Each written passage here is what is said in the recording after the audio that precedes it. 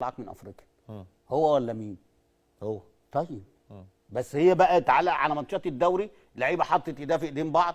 هو في لعيبه مشاها فرقت كتير قوي، اللي هو بيحصل دلوقتي في الفرقه اللي فيه بقى معلمين تاني. السنه اللي فاتت لما مشى الاثنين معلمين، ولا المعلم اللي هو كان مسيطر على الاداء وعلى الفرقه وعلى الفلوس وعلى كل حاجه، الفرقه فاقت. لاعب شباب بيتجدد يعني فكره اللعيب طبعا. اللي هو المعلمين رجعوا تاني السنه دي. ليه نادي الزمالك دايما كده يا كابتن؟ ده ورث.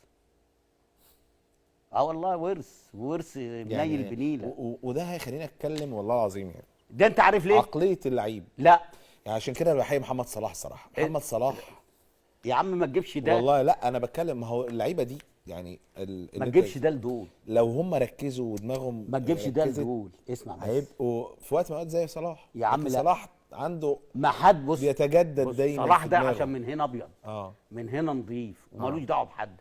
ما في رؤساء انديه اتكلموا عنه قال لك ما ينفعش، وفي مش عارف مدربين قال لك ما ينفعش، وفي واخد بالك مالوش دعوه بالسكه دي خالص.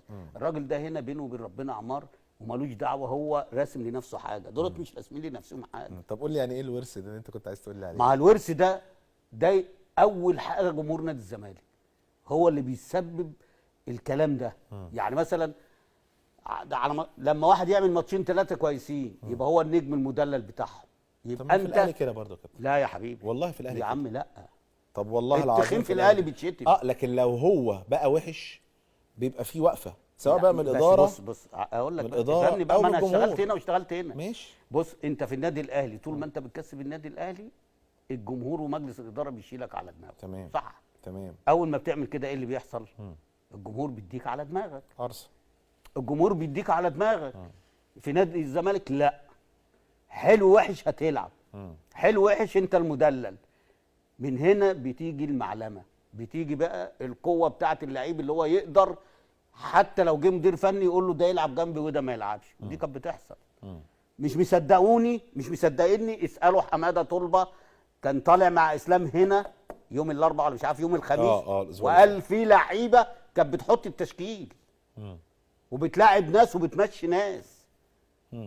ما هو ده الورث بقى. مين اللعيبه يا كابتن والله ما اعرف. هو انا اللي كنت انت شايفهم دلوقتي في نادي الزمالك بنفس الاسلوب حاليا؟ زيزو وامام عاشور.